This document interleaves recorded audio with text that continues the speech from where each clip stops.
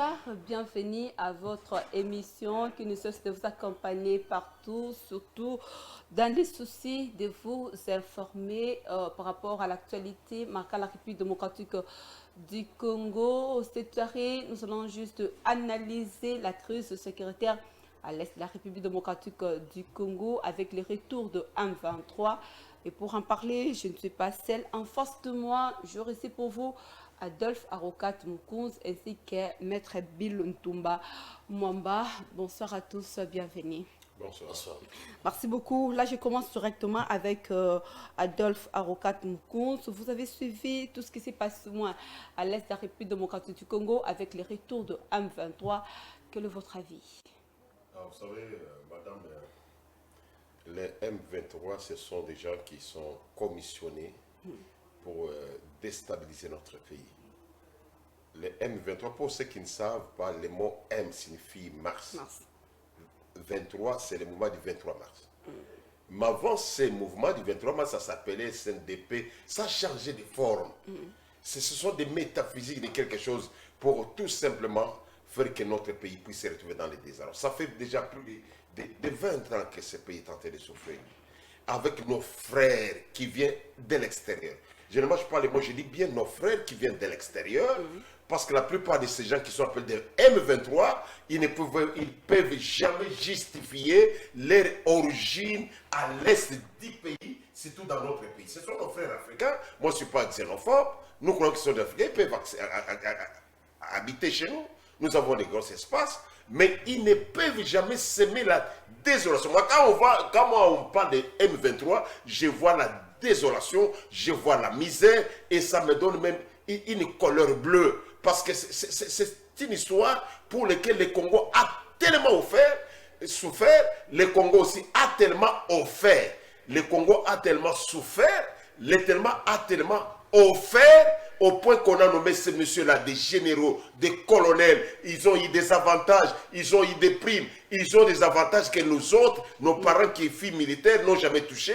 C'est pourquoi ce ne sont même pas les gens pour lesquels il faut avoir confiance. Donc quand on voit ces gens-là, croyez que c'est plus que même le diable en personne qui est tenté d'entrer au Congo. On croit que ce sont juste plus que le diable en personne qui sont entrés en République démocratique du Congo. Maître, vous avez suivi avec beaucoup d'attention le propos d'Adolphe. Quel est votre avis par rapport à tout ça? Merci beaucoup, madame, pour la question. Je ne suis pas surpris. Il y a retour. Même pas de retour, parce que déjà, au jour où ils se sont décidés et ont signé un accord avec le gouvernement central, qu'ils quittaient la brousse pour servir loyalement le pays, je me disais que je ne serais pas surpris plus tard, avec le comportement que nous venons de décrire tout à l'heure, un comportement d'hypocrisie.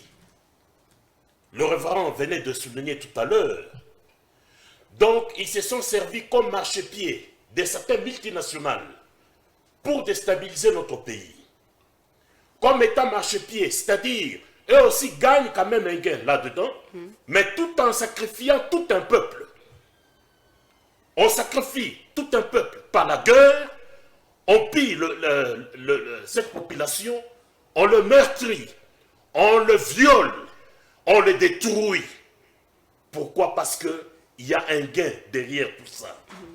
Et ceux qui sont les bénéficiaires, n'est-ce pas, de cette guerre, parce que autour de la guerre, c'est une couverture, mais dedans de cette guerre, il y a l'exploitation illicite de nos minéraux qui fait à ce que cette exploitation puisse enrichir les pays multinationaux.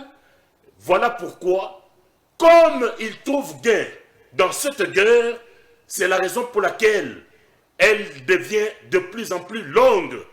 Parce que ces multinationales utilisent nos propres frères pour tuer nos propres frères afin de faire, n'est-ce pas, une entreprise de minerais de sang. Voilà, lorsque vous évoquez au moins les problèmes de l'hypocrisie, là, vous accusez directement les Congolais d'être hypocrites par rapport à tout ce qui se passe à l'Est de la République. Tout à fait, madame, parce qu'un ennemi, avant de pénétrer dans une maison d'autrui, si cette maison est divisée, l'ennemi qui vient de l'extérieur a une facilité par rapport à ceux qui font l'hypocrisie, Qui font l'hypocrisie? C'est d'abord nous, les Congolais. Voilà, nous les Congolais, nous faisons juste l'hypocrisie. Adolphe, de votre côté, que faut-il faire alors pour mettre fin à ce genre de comportement d'abord dans l'interne avec les Congolais? Parce qu'on a quand même deux faces. Non, vous savez, Maître devait savoir que la préparation de l'évasion du Congo a commencé à la veille de l'indépendance. C'est pas par rien que vous allez découvrir que notre père, notre grand-père pour les autres, notre arrière-grand-père, Emery Patrice Lumumba, il avait dit que le projet de la Belgique, c'est pour balkaniser le Congo. Et pour balkaniser le Congo, il y a eu une préparation succincte, une préparation méthodique, une préparation systématique qui a été déjà faite depuis longtemps par la CIA et les services d'intelligence belges. Ils avaient commencé déjà à nous infiltrer.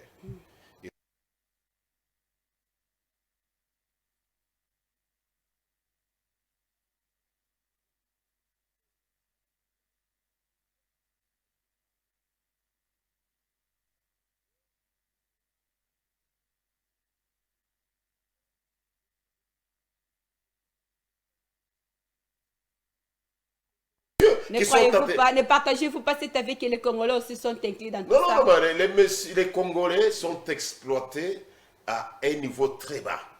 Comme les images que vous avez envoyées, où vous avez trouvé une dame, parce qu'elle est misérable. C'est quelque chose de préparé. Ils ont compris qu'il fallait déplacer ces femmes-là, déplacer ces hommes-là. Ils quittent leur village. Là où ils avaient le matin, ils servaient le matin, ils peuvent manger des bananes, ils plantaient, ils peuvent manger des pommes de terre qu'ils plantent, et on déplace cet homme de sa terre, où il vivait de la terre, on l'envoie dans une ville où il devient réfugié. Je vous dis, madame, qu'il y a des réfugiés internes. Ici au Congo, quelqu'un qui a déjà fait 17 ans, 18 ans à Beni, alors qu'il est des villages de l'intérieur de Beni. Et une telle personne, quand vous l'avez fait déplacer, c'est-à-dire vous l'avez mis dans des conditions telles qu'il va accepter ce que vous lui proposez. Maintenant, se retrouvant misérable, cette même population rendue misérable par la préparation des Rwandais, des Burundais et de tout ce que vous pouvez dire. Ces messieurs-là, on les a déplacés avec un objectif. Se retrouvant maintenant réfugiés sans rien à manger, sans rien à boire, ils devraient accepter les propositions des envahisseurs. Lorsque quelqu'un se retrouve abandonné par son propre sang, connaissant aussi que notre gouvernement ne donne absolument rien, on veut l'utiliser pour dire par semaine on va te donner 20 000 francs, transporter les munitions, ils le feront. Mais pour moi, je vous dis que les M23, personne dans les M23, tout c'est ténor, il n'y a pas de Congolais. Pour preuve, rappelez-vous des Moutéboussi, rappelez-vous des Koundé Batouare. Quand on les arrête, ils s'enfuient au Rwanda. Moutéboussi, qui se dit Congolais, il va écrire. Quand il a attaqué Goma, il écrit au marché Moutakoma. Maître connaît les Swahili. Moutakoma signifie Bokolapa. C'est-à-dire, imaginez un Congolais qui va dire Moutakoma. C'est pour dire tout simplement que c'est vous qui devrez souffrir et ce n'est pas nous. Donc ils disent tout simplement que nous et eux, nous sommes différents. Donc ce sont ces messieurs-là qui sont maintenant M23, stigmatisés par l'Ouganda et le Rwanda. Malgré qu'actuellement l'Ouganda s'est désolidarisé parce qu'avec les ADF et une partie M23, parce qu'ils ont frappé au cœur de l'Ouganda. C'est seulement que l'Ouganda a senti ce que nous sentons. Dieu nous a fait grâce. Moi, j'ai prié Dieu, j'ai dit merci Seigneur, parce que ces messieurs, ils ont frappé quand même les Ougandais. Parce que je vous dis vrai, moi, je n'ai pas la compassion envers ces médias qui sont décédés en Ouganda. Je n'aurai jamais la compassion, parce que mes frères et mères, il n'y a pas de compassion. Et je ne peux pas avoir la compassion vers les Ougandais, ou un Rwandais qui va décéder, je n'aurai pas la compassion.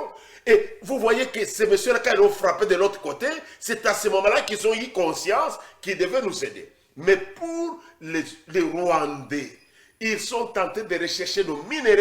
Ces Rwandais sont derrière les M23 actuels pour tout simplement déstabiliser le pays. Merci beaucoup, Adolphe. Et la solution, c'est les attaquer, faire la guerre. Voilà, les pour attaquer. Moi, les attaquer, faire la guerre. Il n'y a pas d'autre solution. Voilà, les attaquer, faire la guerre, ce sont juste les propos d'Adolphe. Mais avant ça, je vais y revenir parce qu'il a parlé qu'il n'y a pas de Congolais qui sont impliqués dans les M23. Il y a la deuxième préoccupation d'Adolphe, parce que la condition sociale ne permet pas aux Congolais au moins de se retrouver. C'est ça qui a été quand même aussi à la base de tout ça. Mettre votre commentaire. Bon, par rapport aux allégations ou aux arguments de la part de l'apôtre Adolphe. Personnellement, je m'inscris en faux parce que j'ai eu à le dire tout à l'heure. Notre pays est un pays d'accueil. Où quand le pays voisin est en feu, le Congo ouvre la grande porte pour recevoir les voisins, afin de s'abriter, n'est-ce pas, sur notre territoire. En contrepartie, ces voisins sont utilisés comme marchepied de certaines multinationales. J'insiste encore sur ces termes. Alors, pour que ces voisins fassent double face, excusez-moi la tautologie, il faudrait qu'un fils natif du Congo ouvre la brèche à ses voisins pour commettre son forfait. C'est ce qu'on voit. Les images qui circulent sur la chaîne nationale, je ne voudrais pas les réseaux sociaux, parce qu'il y a du n'importe quoi là-dedans. Je me contente au moins de la chaîne nationale, où vous voyez des officiers congolais, de père et de mère, qui prennent les armes achetées par le gouvernement national. C'est l'argent du trésor public qui aurait dû être dépensé pour la reconstruction de notre pays. Mais on met toutes ces dépenses pour le fait de l'effort de guerre. Et voilà, ces fils nés au Congo, natifs du Congo, n'ayant pas la conscience du nationalisme. Parce que celui qui a une conscience du nationalisme ne peut pas trahir son pays. Ce que nous voyons, c'est la haute trahison. De la part des Je Congolais. crois que De la part des Congolais. de la part des Congolais, Ok. que la sanction soit plus sévère, parce que ce sont des hommes en armes. Je crois que sous l'état de siège, je dis bien et souligne en rouge, il faut une sanction très sévère pour corriger, de manière à ce que d'autres ne puissent pas répéter.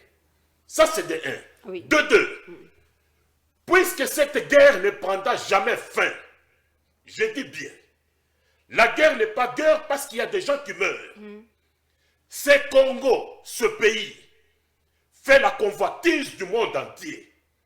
Maintenant qu'on se rend compte que le Congo est une réserve stratégique dans le monde entier, pendant que le Congolais lui-même est ignorant du rôle qu'il doit jouer dans l'Afrique centrale et dans le monde, on est distrait. Distrait par quoi?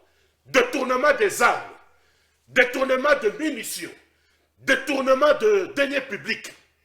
Au profit de qui? Au profit de soi-même ou au profit d'une tierce personne. Et cela a comme conséquence la destruction du tissu économique. Cela a comme conséquence la destruction de ce pays qui s'est reconstruit, tant soit peu avec la volonté de celui qui nous dirige. Croyez-vous, avant que je cède la parole au moins à Adolphe, croyez-vous que la diplomatie est-elle un frein pour la République démocratique du Congo? Madame, je crois qu'on a eu à voir trop de scénarios sur soi-disant diplomatie. Je crois qu'on pourra, d'un côté la diplomatie, mais de l'autre côté, on frappe un peu dur pour quand même démontrer à la face du monde. Lorsque Adolphe est pour la guerre, parce que lui, il reste là. Je dis ceci, Ah oui. personnellement, je suis pour. Si cette diplomatie peut nous amener, à des résultats escomptés pour mettre terme à toutes ces tueries, parce que le Congo n'est pas une boucherie. Madame, ce qui est un peu marrant, c'est aujourd'hui que le secrétaire général des Nations Unies peut se lever pour déclarer que ça n'est trop à l'est du pays. Il n'est pas le premier. Hein?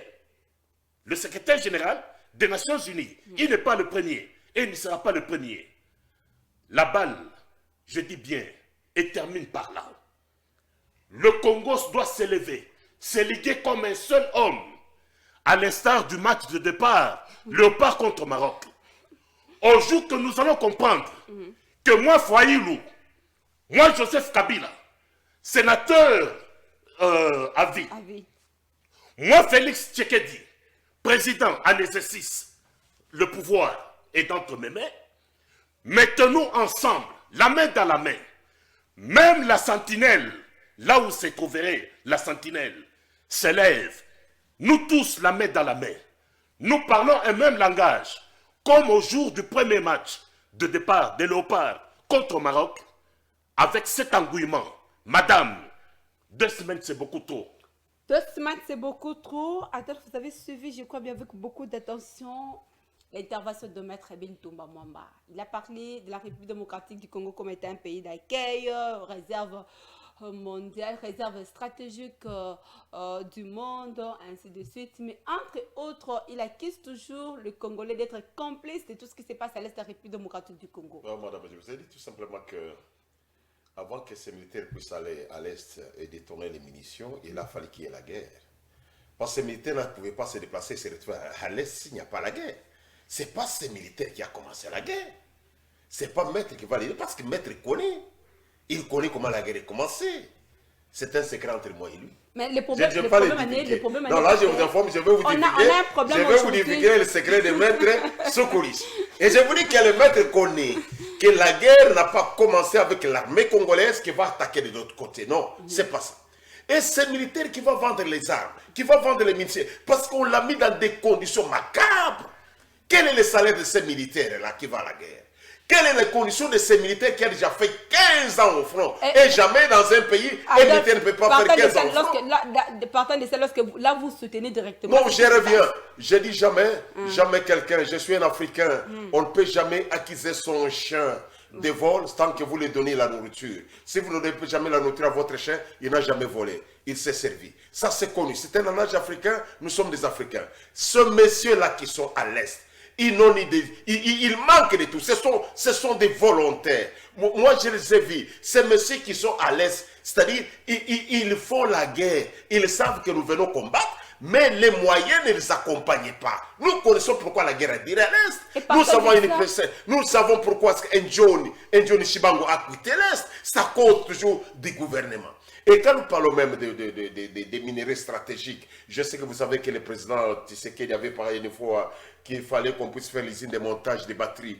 Et ça coûtait 39 millions de dollars. Et les pays manquent 39 millions de dollars. Les présidents ont de chercher. Mais c'est trop aberrant. Imaginez un peu cette situation. Est-ce qu'on ne peut pas parler de complicité au niveau même gouvernemental? Lorsque nous avons ces minéraux et les pays refusent, les gouvernements refusent d'engager 39 millions. Mais pour des sottises, ils engagent l'argent. Allez voir les budgets pour la défense. Allez voir les budgets pour la guerre. C'est déplorable, Jean-Marc Kabound l'a dit. Et si Maître a toujours regardé la radio nationale, il a vu dans l'hémicycle ce qui s'est passé. Moi, je ne condamne pas les militaires parce qu'ils ne se sont pas mis dans des conditions les meilleures, mais sont tentés de combattre. Ce sont des patriotes pour lesquels je jette des fleurs. Moi, je dis tout simplement que les gouvernements donnent les moyens à nos militaires. Qu'ils attaquent les M23, qu'ils attaquent les Rwandais. Moi, je suis très clair. Pour mettre fin dans tout ça, il faut attaquer les Rwandais. Et même les M23, personne ne peut vous dire qu'il faut faire la négociation. Il y a eu beaucoup de négociations avec ce monsieur-là. Avant qu'il devienne M23, les CNTP, on a négocié, on a engagé entre 7 millions ou 17 millions. Dans cette histoire, Kamer était là, Malo était là. Ils se sont distribués l'argent là-bas, ils ont bouffé l'argent de la République, ils sont bu de champagne, tout est chacun rentré dans son pays et la rébellion a continué. Donc il n'y a pas de négociation à faire avec les M23. Les M23 doivent passer devant les canaux. C'est l'affrontement où ils tuent nos militaires. Ils terminent, ils s'installent, où nous les tuons et nous les poursuivons au Rwanda, on met fin à ça. Il n'y a pas d'autre chose. Ça fait plus de 17 ans qu'ils ont négocié, il n'y a pas de résultat. Lorsque vous préconisez de pouvoir au moins attaquer le Rwanda, ne pensez-vous pas que la diplomatie aussi, je sais bien qu'autrefois vous avez dit qu'il faut protéger toujours la diplomatie, nous sommes entre nous, il y a des mécanismes, faut-il au moins négocier par rapport à ça? Aujourd'hui, vous changez quand nous voyons que la diplomatie ne tient pas, Paul Kagame, on l'a dit qu'il pouvait venir prendre de l'or et nos coltans d'une manière légale. Il trouve que ce n'est pas bien, parce que c'est lui qui est perdant. Dans cette histoire-là, Paul Kagame a découvert que quand il vient s'installer ici, officiellement, c'est lui qui perd. Et comme il paie, il veut retourner aux vieilles méthodes. Et quand vous rentrez aux vieilles méthodes, il faut de vieilles réponses. Les vieilles réponses, c'est-à-dire, c'est l'affrontement. C'est ce qui va se passer. Comme il utilise les vieilles méthodes, nous devons appliquer de vieilles réponses. Donc, avec les Rwandais, la diplomatie ne doit plus exister. Parce que vous voyez monsieur là, Karega, qui a été chassé en Afrique du Sud pour les bobards, il se permet de dire tout simplement qu'il n'y a pas de militaires rwandais arrêtés. Mais ce monsieur, il faut le mettre d'abord dans l'avion, le retourner chez lui.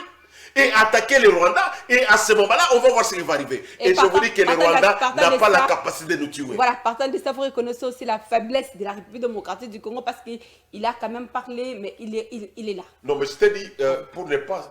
moi, je suis contre le maître parce que dans notre armée, je suis de ceux qui croient que notre armée est tellement infiltrée jusqu'aux dents. Allez aux commandants qui font des opérations là-bas. Ils sont de quelle nationalité? Parce que vous ne voulez pas qu'on vous aide. Allez les voir tout simplement, vous-même vous allez découvrir. Allez vérifier ceux qui combattent là-bas. Et même ceux qu'il faut combattre très bien, et même ceux qui combattent mal. Qui sont des commandants militaires là-bas? Ils sont de quelle tribu? Donc c'est connu. Et cette tribu-là, lorsque Jean Moulin faisait la répartition des tribus au Congo, cette tribu a existé. Non, j'ai fait l'anthropologie. Donc, dans cette catégorisation-là, je n'ai pas vu cette tribu-là. Mais ce sont eux qui commandent la guerre là-bas. Ce sont eux qui sont des commandants. Et vous allez trouver même les M23, ils vont négocier comment? M23, quand ils étaient 5 d'épée, ils ont dit voilà comment nous allons négocier. Vous nous intégrez dans l'armée, vous nous laissez à Goma, vous nous laissez à Bukavu, vous ne pouvez jamais nous déplacer. Nous sommes 50 généraux, nous restons à Goma 50 généraux, nous servons dans l'armée à Goma et pas ailleurs. C'est comme si les républiques du Congo s'appelaient Goma. Non, il n'y a pas de négociation. Là, c'est l'imposition. Donc, pour moi, ces messieurs de M23, l'unique solution, c'est la guerre et la guerre est totale. Voilà. Deuxième chose, la deuxième solution, nous allons armer tous les Maïmaï qui sont à l'Est, qu'ils puissent aller attaquer le Rwanda. On va fabriquer les faux Rwandais. La solution est simple, fabriquons les faux.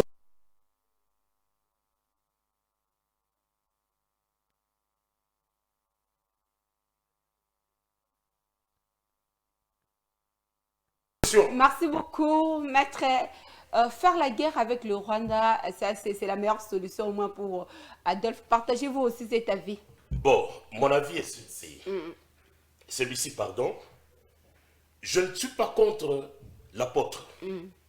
Je sais consciemment que nous avons une armée infiltrée sur base de mixage, brassage, tout ce que vous voulez, qui ont occasionné l'entrée officielle de tous ces officiers du Rwanda, de l'Ouganda, du Burundi, et les dans notre armée.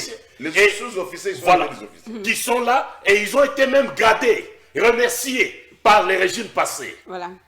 Je crois ici qu'on puisse un peu faire le nettoyage, n'est-ce pas, dans l'armée. Qu'on voit qui fait quoi. Parce qu'il y a ça ne va pas. Il y a un plan, mais vous vous retrouvez que ce plan est déjà dévoilé au Rwanda. Mais qui amène ce plan? Parce qu'il y a des infiltrés. Nous, à nous seuls, nous avons une armée forte et dissuasive. Je crois à notre armée. L'apôtre Adolphe venait de le dire. J'interpelle le gouvernement Sama Lukonde, qui dit que nous sommes un gouvernement des warriors. Voilà. Des combattants. Un gouvernement des warriors, c'est lorsque même en temps de difficulté, face à une difficulté, trouve une solution. On ne pleurniche pas. Nos éléments qui sont là, au fond, ce sont des Congolais qui ont droit à la vie, qui ont droit aussi à une protection, qui ont une famille qu'il faut nourrir.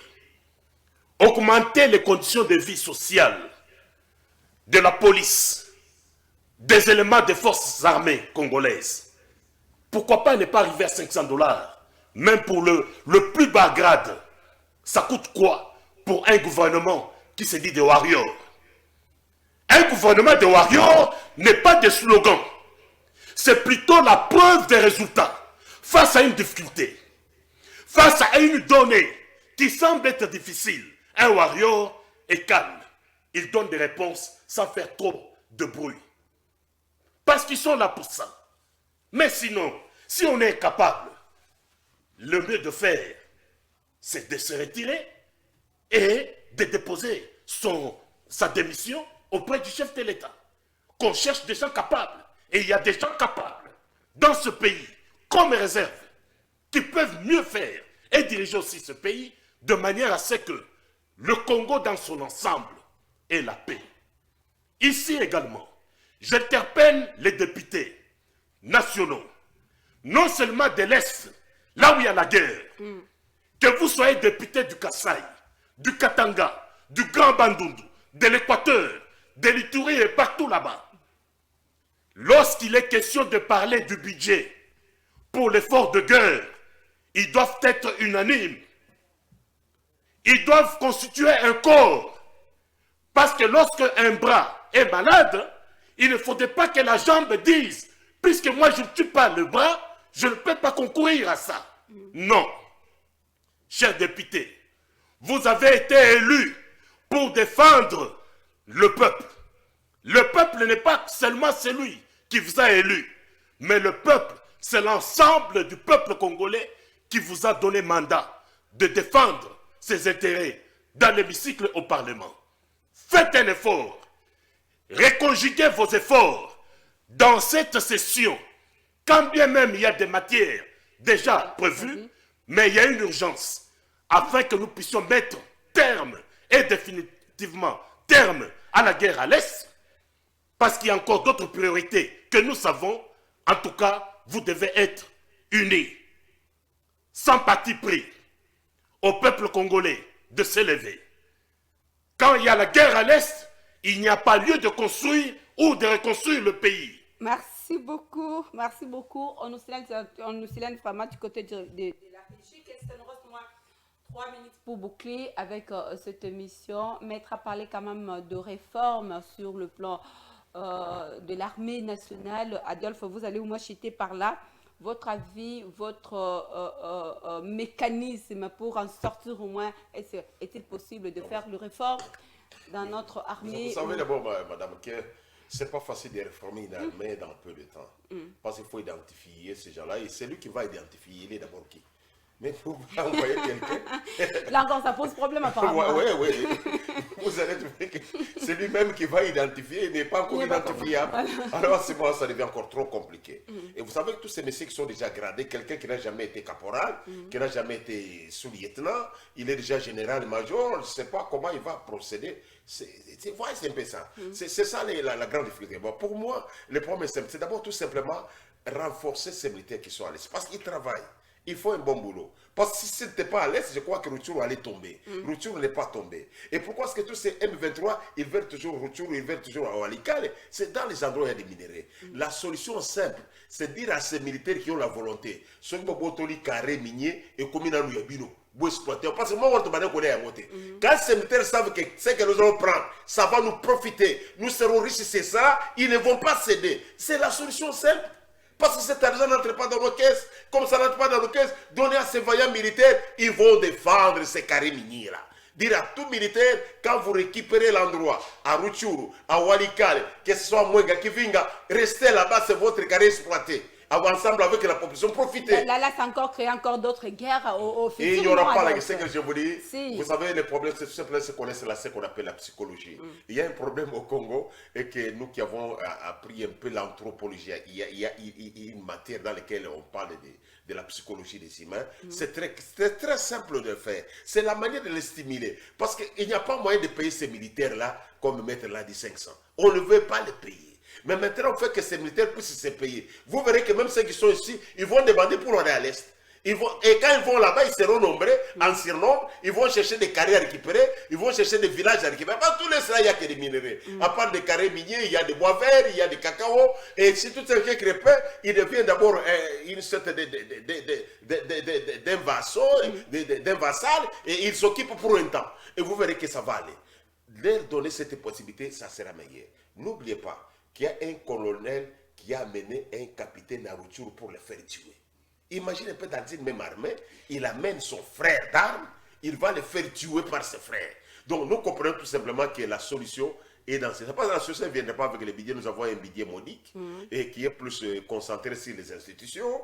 Il faut changer la méthodologie. Dire à ces messieurs, voilà ce que vous allez vous servir les bulletins de guerre pendant 6 mois et vous verrez que la guerre va terminer. Merci beaucoup, Maître. On vous a posé quand même une question ici. Comme vous avez parlé au moins de réforme de l'armée, quels sont les mécanismes pour au moins que vous proposez au moins à l'État congolais afin de pouvoir nettoyer, faire le nettoyage au sein de l'armée congolaise?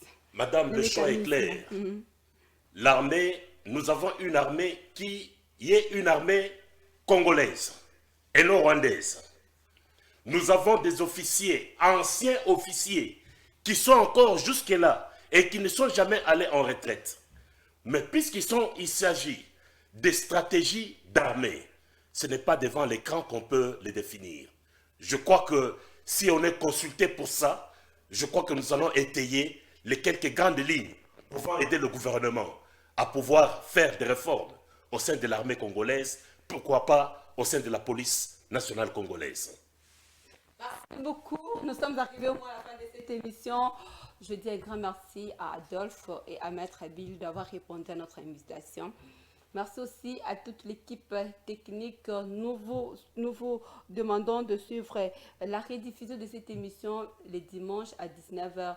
Juste, nous vous souhaitons aussi bonne suite de programme sur nos antennes. On se retrouve prochainement. On aura le plaisir d'avoir un nouveau numéro. Au revoir.